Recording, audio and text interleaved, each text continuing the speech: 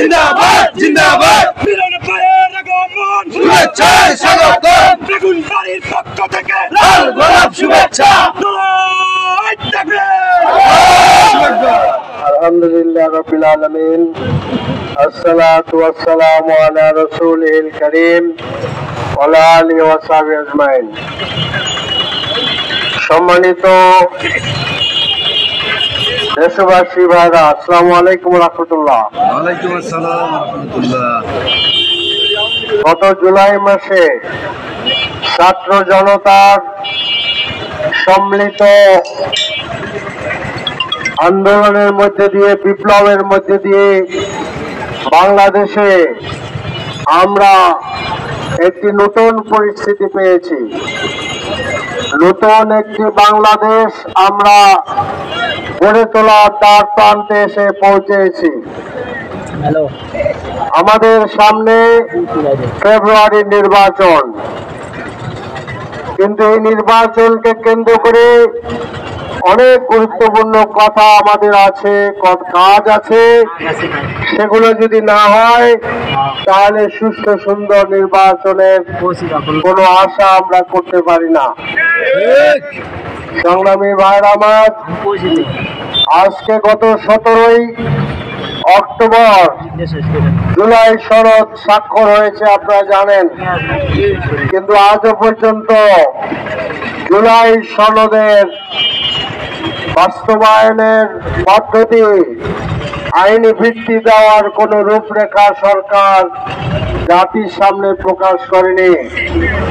আমরা মনে করি অনতিবিলম্বে জুলাইয়ের আইনগত ভিত্তি দিতে হবে এবং জুলাই সনদের মাধ্যমে আগামী জাতীয় নির্বাচন হতে হবে।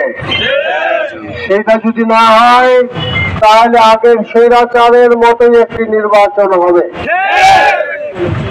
দ্বিতীয় যে কথাটি বলতে চাচ্ছি সেটা হলো, যেটাকে বলা হয় যে নির্বাচন যারা করবেন তারা যেন সবাই সমান সুযোগ পায়, সমানভাবে তাদের নির্বাচনী কার্যক্রম পরিচালনা করতে পারে, যেটাকে আমরা বলি লেভেল প্লেইং ফিল্ড।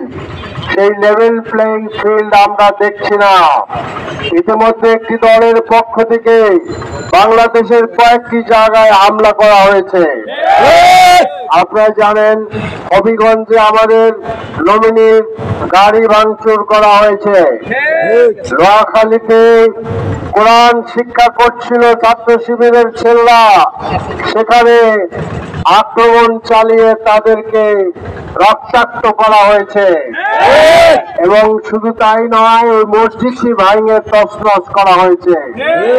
গতকাল প্রতিবাদ ছিল, প্রতিবাদ থেকে ফেরার পথে আবার আক্রমণ করা হয়েছে।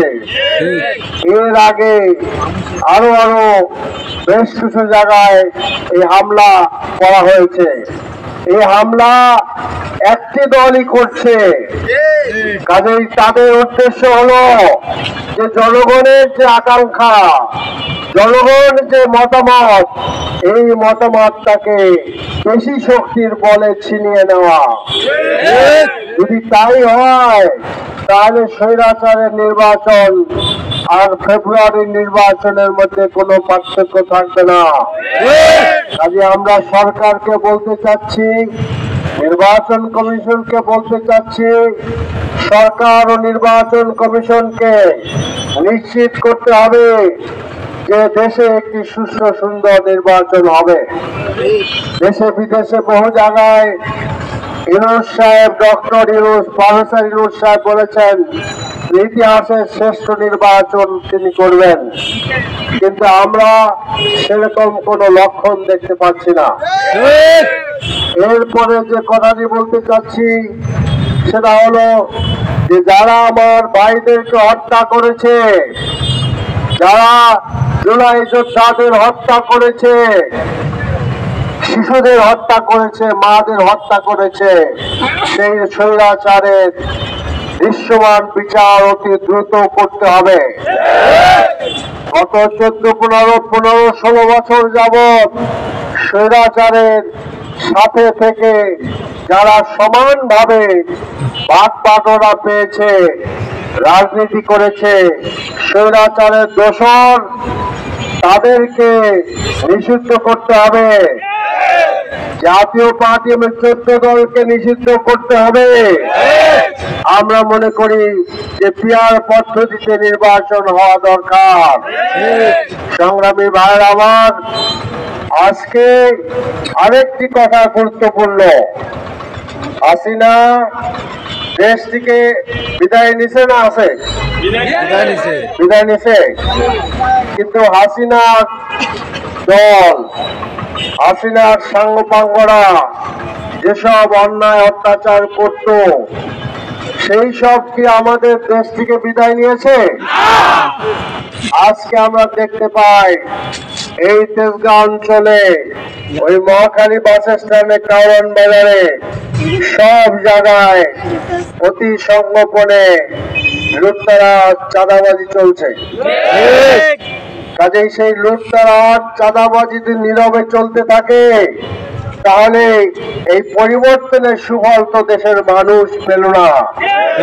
কাজে আমরা মনে করি দেশে যদি আসলে ন্যায় ইনসাফ ভিত্তিতে একটি সরকার কায়েম করা যায়, একটি গভর্নমেন্ট তৈরি করা যায়, তাহলে দেশ থেকে অনাচার, অবিচার, দুর্নীতি, চাঁদাবাজ, লুটতরাজ, ঘুষ এগুলা দূর করা সম্ভব হবে।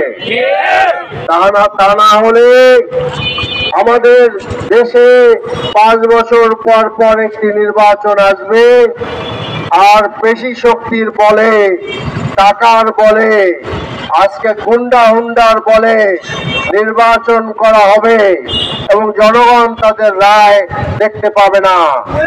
যার ফলে জনগণের ভাগ্যের কোনো পরিবর্তন হবে না।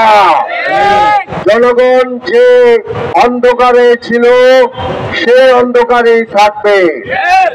আমরা সংসদ নির্বাচনে সংসদ সদস্যদেরকে পাঠাচ্ছি, কাউন্সিলর তৈরি করছি, আমরা মন্ত্রী মিনিস্টার তৈরি করছি। কেন করছি? যে তারা আমাদের পক্ষ থেকে জনগণের স্বার্থ রক্ষা করবে, জনগণের জন্য তারা কল্যাণকর পরিকল্পনা করবে। যেমনটি বলা হচ্ছিল, এই দেশের শ্রমিক শ্রেণী যারা আছে, খেটে খাওয়া মানুষ, সারা দিন থেকে সকাল থেকে সন্ধ্যা পর্যন্ত বা রাত পর্যন্ত কাজ করেও তারা দুমুঠো খাবার জোগাড় করতে পারে না। এরপরে তাদের সন্তানদের লেখাপড়া নাই, তাদের চিকিৎসার কোনো ব্যবস্থা নাই। সরকার যায়, সরকার আসে, কিন্তু মেহনতি মানুষের এই সমস্ত সমস্যার সমাধান হয় না। কাজে আমরা মনে করি একদল সৎ এবং যোগ্য লোকের হাতে যদি এই দেশের ক্ষমতা আসে, তাহলে আমাদের সকল সমস্যার সমাধান হবে।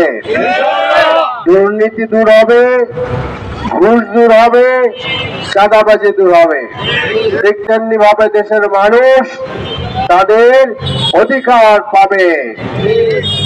শ্রমিক তার অধিকার পাবে, তার থাকা খাওয়ার অধিকার, খাওয়ার অধিকার, থাকার অধিকার, বাচ্চা কাচ্চার পড়াশোনার অধিকার, নিজেদের পরিবার ছেলে মেয়েদের চিকিৎসার অধিকার তারা পাবে। এই জন্য একটি ন্যায় এবং ইনসাফ ভিত্তিক সমাজ হওয়া দরকার, এবং সৎ নেতৃত্ব ছাড়া সেটা কখনোই সম্ভব না। কাজেই আসুন আমরা সকলে মিলে এমন একটি নির্বাচন করি, যে নির্বাচনের মাধ্যমে এমন সরকার বাংলাদেশকে শাসন করার জন্য আসে, যেই সরকার দেশের মানুষের জন্য কল্যাণ নিয়ে আসতে পারবে। আসলে এমন ধরনের একটি কল্যাণ করার আশ্বাসী জামাতের পক্ষ থেকে আমরা দিতে চাচ্ছি। ইনশাআল্লাহ আগামী নির্বাচনে জনগণ যদি আমাদেরকে রায় দেয়, তাদের মতামত দেয়, জনগণ যদি পছন্দ করে যে আমরা তাদের শাসক হই, তাহলে আমরা জনগণের শাসক হব না, জনগণের সেবা হব, সেবক হব।